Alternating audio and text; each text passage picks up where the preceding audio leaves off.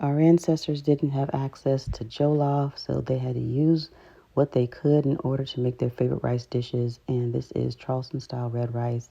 Super easy and delicious. Come on in. Hey, welcome back. Come on in, get comfortable. Let me tell you about this recipe.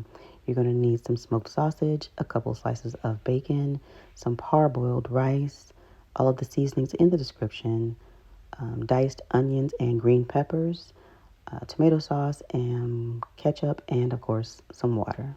I'm going to start off by browning our bacon that we have cut up into bite-sized pieces. It's probably about 3 or 4 slices of bacon at the most. And we're going to just brown that up on all sides as much as possible, but don't cook it completely all the way through. You're just going to get it like a light brown on, like I said, on both sides. And then we're going to go ahead and add in our next ingredient, which is the smoked sausage. The reason we don't want to cook the bacon all the way through is because we want to add the sausage, but the sausage is already technically cooked, so we just want to get it all brown.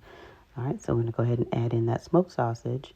And then, like I said, we're just going to let that saute for a bit until it is all nice and golden brown, but not overdone. I noticed that my bacon was very lean and I didn't have enough bacon fat, so I went ahead and added in some bacon fat. Yes, I did. I didn't say it was healthy. I said it was delicious. Now into our baking dish, now yes, I'm using one of those disposable pans, making it easy to clean up. I'm going to go ahead and add in my rice. By then, my bacon and sausage was nice and brown, so I added in the bacon sausage mixture along with the grease. You need the grease. You're going to have to trust me. It's a part of the process. So we add in the bacon bits, the sausage, and the grease. And then into that same skillet, we're going to go ahead and saute the onions and bell pepper. The bell pepper is optional, but I believe that it adds a great flavor. And to me, it just makes it a little bit more authentic. But like I said, it is optional. If you don't like the flavor, no worries. Don't add the green pepper. All right, so we got that all sauteed and nice and brown. And then we're going to go ahead and add that right into our baking pan as well. This is a super easy recipe, and like I said, using this baking pan makes the cleanup very easy as well. So into our mixture, we've added in our veggies, and now we're going to go ahead and add in the rest of our ingredients, which is a can of tomato sauce, as well as the ketchup. And I don't really have a measurement for the ketchup. I'll try, it's probably a few tablespoons, but just a nice healthy amount of ketchup. You're going to have to trust me here. It adds something to the overall finished product. So add the ketchup. And then all of the seasonings that I put in the description. And then, of course, you're also going to need some water. I added about 3/4 of a cup of water. Do not add more than 1 cup of water for this particular size recipe. You're going to have to trust me again.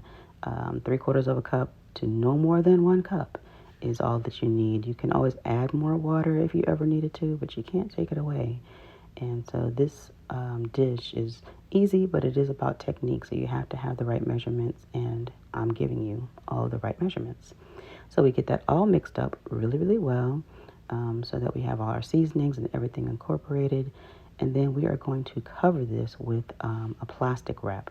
Not just any old saran wrap, though. This is going to be like a restaurant quality plastic wrap, because the main thing that you need for rice is steam. So by keeping our pan covered really, really well, we are creating more steam, which helps the rice cook more thoroughly. And so this film will help that, but I'm also going to top it with foil. If you don't have the clear film, don't worry. Just double wrap it with foil, but wrap it really, really tight so like the steam does not get out. And this is going to go into a 350-degree oven for about 45 minutes, no more than an hour. And when you're done, you'll see that the steam did its job and cooked this rice beautifully.